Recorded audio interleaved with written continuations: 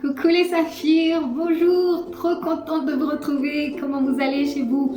Moi ça va super bien, allez bon mois de la femme, plein de belles choses, j'espère encore que nos droits seront respectés et que plus de femmes seront valorisées, mais aussi que plus de femmes feront de grandes choses. Je vous embrasse très fort, je suis tellement contente. Alors, et pour celles qui nous rejoignent, voilà, qui me découvrent à peine, bienvenue chez vous, je suis Sarah Elam, je suis ravie de vous accueillir ici. J'espère que tout ce que nous partagerons ici vous sera d'une grande aide, hein, parce que c'est ça le but. Alors, j'avais prévu une vidéo et je réalise, tiens, on est au mois de la femme, et je me suis dit, pourquoi ne pas toucher à notre thématique développement personnel? Voilà. Comme ça, ce sera une grande entrée en matière, hein, comme ça, dans ce mois assez spécial, ce mois qui nous est dédié. Mais comment je me sens bien dans ce mois? Est-ce que c'est le nôtre? Voilà, on se l'approprie, c'est le nôtre. Au passage, bon anniversaire comme ça à toutes les saphirs qui sont nées durant ce mois de mars. On vous embrasse, toute la famille des saphirs, on vous fait plein de câlins, plein de belles choses. Alors, comme l'intitulé de notre vidéo montre, voilà, comment être la meilleure version de soi. Et je vous informe au passage, cette phrase est le slogan de toutes les saphirs. On est déjà bien, nous sommes de belles personnes, nous sommes bien éduquées, nous sommes des mamans merveilleuses, des sœurs, des tantes, des grands-mères merveilleuses, mais recherchons la perfection. C'est vrai, on dit la perfection n'est pas de ce monde, mais il n'est pas interdit d'essayer de la rejoindre. Voilà. Je l'ai intitulé « Comment être la meilleure version de soi ». Et pour cela, j'ai relevé comme ça 6 règles qui, j'espère, vous seront d'une grande utilité. Règle numéro 1, les saphirs. Arrêtez de trouver des excuses. Et oui, mesdames, c'est à la longue lassant. D'accord? J'ai jamais pu faire d'études parce que mes parents ont privilégié mes frères. J'ai jamais pu faire ceci parce que j'ai eu des enfants trop tôt, je me suis mariée trop jeune, mon mari n'était pas comme je voulais, la vie dans laquelle je vivais ne me plaisait pas, ma famille n'a pas toujours été comme je veux. Mesdames, arrêtez de trouver des prétextes pour pas faire ce que vous devriez faire. D'accord? J'ai jamais fait X choses parce que la dernière fois que j'ai essayé, ça s'est très mal passé et donc voilà, non, c'est pas fait pour moi. Il y en a qui vont plus loin. Ah non, mais comme on le dit chez moi au Gabon, non, moi, ça c'est pas fait pour moi, je suis moulite. Moi, je suis comme un moule. Voilà, oui, on dit on va manger seulement. Non, bizarre. La prendre bien. Plus d'excuses. Faites ce que vous devriez faire. Levez-vous. Allez-y, lancez-vous. D'accord? Vous n'êtes pas maudite. Vous n'êtes pas la plus nulle. Vous n'êtes pas... Les enfants ne sont pas un handicap. Le mariage encore moins. Vous n'êtes pas trop âgé. Vous n'êtes pas trop jeune pour faire ce que vous avez envie de faire. Lancez-vous. Et même quand vous vous trompez, mesdames, ne dites-on pas qu'on apprend de ses erreurs? Apprenez de vos erreurs. Reculez. Préparez un plan d'action. Prenez la peine de regarder ce qui n'a pas marché la fois précédente et rectifiez le tir et foncez. D'accord? Règle numéro 2. Toujours être positive. Mesdames, mes saphirs, la positivité. Soyez en harmonie avec vous-même. Libérez-vous de tout ce qui est toxique en fait. Et quand j'entends, qu'est-ce que j'entends par toxique? L'une des choses qui nous dérange, nous les femmes, est la colère. Il y en a plusieurs, mais je vais relever ce point. Parce que beaucoup ont du mal à se contrôler en fait quand vous êtes en colère. Et votre état d'âme, très souvent, influe sur beaucoup de choses, d'accord? Le fait d'être en colère, très souvent, continuellement, peut vous gâcher la journée même. Quand vous êtes de mauvaise humeur, le fait d'être en colère vous gâche la journée, vous n'arrivez pas à réaliser certaines choses comme vous devriez. C'est-à-dire que vous ne pouvez même pas attirer à vous de bonnes auras parce que voilà, il y a quelque chose qui dit moi j'ai envie de sentir personne aujourd'hui. Bam, bam, bam, bam, s'il vous plaît. Et même quand vous êtes en colère parce qu'on vous a blessé, après ça peut même pas être de la colère, ça peut être de la rancune. Mesdames, videz-vous. Libérez-vous. On ne garde pas rancune. On vide son cœur et on avance. D'accord? Gardez des rancœurs pour des choses parfois sans importance. Parce qu'il y en a comme ça qui disent, j'en ai entendu des gens, ah moi je laisse tout passer mais il y a des choses qu'on me fait par moi. Non. Non. Gardez rancune pour des choses sans importance emmène les gens à vous juger en fait. Si vous êtes susceptible pour des petites choses, vous êtes une femme, vous êtes une saphir, vous êtes une personne de classe en fait. Il en faut beaucoup pour heurter votre sensibilité. Et même quand c'est le cas, que vous décidez de mettre la personne de côté, mais faites-le avec tact, avec classe. D'accord? Pour votre épanouissement personnel. Ok. Alors, une autre chose. La 3. Soyez reconnaissante, mesdames. La reconnaissance, la gratitude, et là je vais gratter un peu de spiritualité, c'est une grande vertu. Le fait de vous lever le matin comme ça, d'être en vie, c'est une grâce. Le fait de pouvoir accomplir certaines choses que d'autres n'ont pas la chance d'accomplir, même si pour vous ça ne paraît rien du tout, soyez tout de même reconnaissant de ces choses que vous avez en fait. Vous avez des enfants, il y a des femmes dans ce monde qui n'en ont pas, qui n'arrivent pas à en avoir, soyez reconnaissant de les avoir. Évitez de vous lamenter et même si vous ne sortez pas ces paroles, le fait de penser peut influer sur vos enfants à l'avenir. Vous avez un fiancé, un mari, vous avez la chance de faire des études, vous avez la chance de trouver un travail, même si ce n'est pas celui de vos rêves. Travaillez pour avoir le travail de vos rêves ou bien essayez de rejoindre ce que vous espérez en fait, ou ce dont vous rêvez. Ne soyez pas dégoûtés pour tout, s'il vous plaît, je vous en prie, ne soyez plus dégoûtés pour tout. On est d'accord? 4e chose, évitez les personnes négatives. Et là, ça rejoint un peu le 2e point, être positif. Pourquoi je vous le dis? Vous savez, ah non, quand je vais rectifier, quand je dis éviter les personnes négatives, ça ne veut pas dire que vous allez vous mettre la terre entière à dos. Ah non, il ne faut pas venir chez moi, je ne suis pas là, Non, non, non, non, non, non, non. Voilà.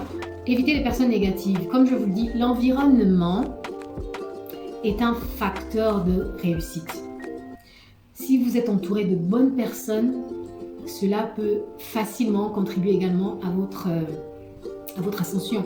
Comme si vous êtes entouré de mauvaises personnes également, cela peut vous tirer vers le bas, à moins que vous soyez moralement très fort et vous dire que moi, mon entourage n'influe en rien sur ma personne, ce qui n'est pas vrai.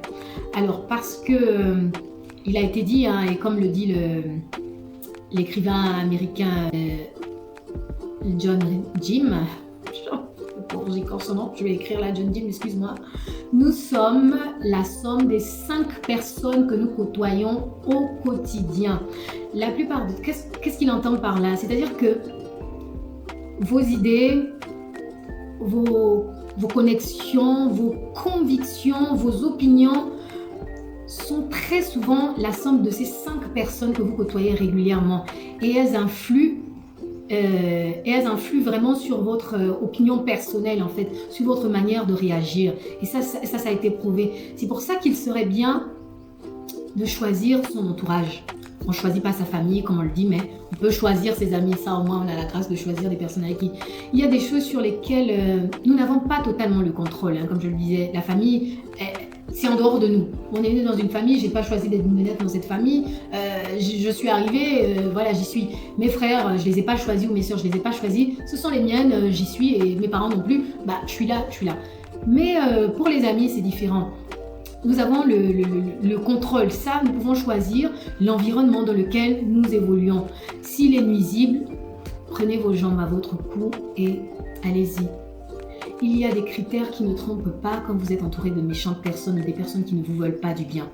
D'accord, mais juste que parfois par naïveté ou par amour, ce que moi j'appelle des sentiments diaboliques, on est là par compassion pour cette personne alors qu'il y a des gestes qui vous montrent clairement que cette personne ne vous apporte rien de bon.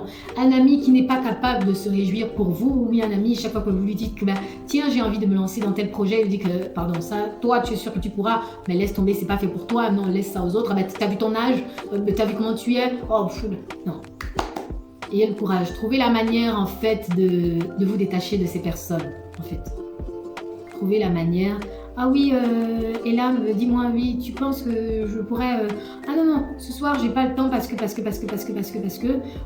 même quand vous passez 5 minutes, vous barrez en fait. D'accord? Ça, c'est possible de faire. Cherchez des personnes positives, cherchez des personnes ambitieuses qui vous tireront vers le haut et non le contraire. On était à la 4e, oui. Et on est là. 5e. Croire en soi. Vous avez vu, ces règles sont un peu reliées.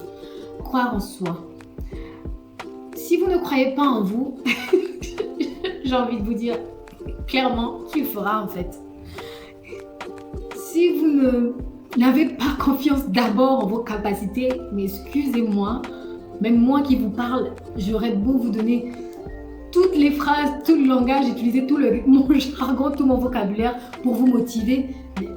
Ça ne durera qu'un court instant, en fait, juste le temps que la vidéo se termine et après, vous retournez à votre état d'âme. Et ça rejoint ce que je disais au préalable, je crois le 2e, oui, l'esprit positif. Parce que quand vous avez un esprit positif, quand votre état d'âme est en paix, hein, si je peux le dire ainsi, vous croyez en vous, ça vous attire de bonnes ondes en fait. Je ne suis pas en train de dire que vous ne pouvez pas vous tromper. Il peut arriver que vous vous trompiez, le même en étant sûr de vous en fait. Est-ce que vous savez même que quand vous êtes tellement sûr de vous, vous pouvez emmener les autres dans le gouffre, même quand c'est faux. Non, c'est pour rire. C'est pour dire que apprenez à vous faire confiance. Croyez en vos capacités. Et même le fait de reconnaître ces manquements, ce n'est pas un handicap en fait. Au contraire, c'est un plus parce que vous arrivez déjà à déceler ce qui vous manque. Mais cela ne doit pas vous sentir moins important que les autres. Cela ne doit pas vous sentir relayé au second plan. Ah oui, moi je ne suis pas suffisamment instruite, donc je ne peux pas donner... je peux pas donner mon avis dans la famille lors d'une réunion. Moi, je suis pas suffisamment, donc ce serait ridicule si les gens apprenaient que je suis X formation. Moi, je suis pas faite pour ceci. Je sais même pas... Non, s'il vous plaît. Croyez en vos capacités. Commencez dès aujourd'hui à vous répéter. Je suis capable de le faire. Je vais me donner les moyens de le faire, je vais y arriver. Je suis douée, je suis faite avec une tête, des yeux, un cerveau. Je suis capable de le faire. Le bon Dieu ne s'est pas trompé, sinon vous serez une plante ou une chaussure ou encore ce tableau. Non, vous ne l'êtes pas, vous êtes humaine. D'accord? Ça veut dire que vous êtes capable de faire des choses. Soyez des saphirs. Vous avez vu comment il est le saphir? Je vous envoie regarder. Il est magnifique. J'adore cette pierre. Et dès aujourd'hui, répétez-vous, je suis une saphir, je suis une saphir, que la connotation prenne son effet, que la magie opère. Voilà, c'est le mois de la femme, tout est possible, ok? Et la dernière règle, soyez une oreille à l'écoute. Soyez une oreille à l'écoute pour vous-même d'abord, apprenez à vous écouter. Parce qu'il y en a qui ne prennent pas le temps de se demander qu'est-ce que je veux, qui ne prennent pas le temps de s'écouter soi-même, qui passent le temps à écouter les autres. Alors, si vous êtes le type de personne qui monopolise la parole, par exemple quand vous êtes entre amis, sans jamais laisser les autres le temps d'en placer une, ce n'est pas les critères d'une femme chic, s'il vous plaît. Toujours à faire l'intello, toujours à... Vraiment à monopoliser la parole, quoi, sans jamais laisser quelqu'un en mettre une, s'il vous plaît, changez. Et lorsque vous êtes en compagnie des autres, même avec vos enfants, votre partenaire, vos frères, apprenez à donner de l'intérêt à ce que les autres ont à dire. Écoutez-les. C'est un bel exercice et franchement, pour ceux qui l'ont déjà, ben c'est super. Pour celles qui n'ont pas encore cette qualité, parce que j'en ai vu des femmes qui n'ont pas cette qualité, qui monopolisent la parole, qui ne laissent jamais les autres en placer une. Elles ne se rendent même pas compte qu'elles parlent pendant 1 heure, on l'écoute et on a même, nous limite, on est à la messe quoi. On est là, on l'écoute, elle fait son homélie, elle a fini, ok on s'en va. Non. Donnez de l'intérêt aux autres. Apprenez à écouter ce qu'ils ont à dire, même vos enfants. Quelquefois, prenez le temps de les écouter. Racontez, même si vous êtes fatigué, écoutez l'histoire jusqu'au bout. Et après, donnez votre point de vue. Et si vous le demandent, évitez de juger. Ne jugez pas, d'accord? Il peut arriver que quelqu'un ait juste besoin d'être entendu sans qu'on le juge en fait. Donnez votre point de vue si vous sentez dans sa façon de parler que cette personne a besoin de vos conseils. Ne prenez pas position et arrêtez de faire la morale à tout va. Non, c'est pas intéressant, c'est pas chic en fait. Il y a des personnes qui ont juste besoin d'être écoutées, qui n'ont pas besoin d'être jugées. Maintenant, si lors de la conversation, vous sentez que la personne a besoin que vous lui donnez un conseil et que vous lui donnez votre point de vue, ben faites-le, mais arrêtez de remonter les bretelles à tout va. Et même en famille, ne soyez pas cette maman bloquée, aigrie. Ah oui, ah bon, tu as fait, ah bon, non, s'il vous plaît, c'est vraiment, vraiment, vraiment pas intéressant. Et dans cette même règle, on y est à quoi, la cinquième, sixième. Et dans cette règle, je vais ajouter quelque chose. Arrêtez d'être une gossip. Alors, qu'est-ce que j'entends par gossip? Gossip, c'est des personnes qui critiquent tout. D'accord? Parce que quand vous êtes une gossip, même si vous le faites en famille, vous donnez une mauvaise image de vous. Parce que les personnes qui vous écoutent se disent « Ah ben tiens, si elle peut dire des méchancetés à chaque fois sur d'autres personnes, qu'est-ce qu'elle ne dira pas de moi en fait ?» C'est pas chic pour une femme d'être gossip. Si vous avez quelque chose à dire à un proche, attendez qu'il soit présent et trouvez les mots justes pour faire comprendre. Mais de dire des méchancetés comme ça pendant que la personne n'est pas présente, c'est pas chic, c'est pas classe, c'est... Limite, vous devenez pas très agréable. Voilà, mes amis, nous sommes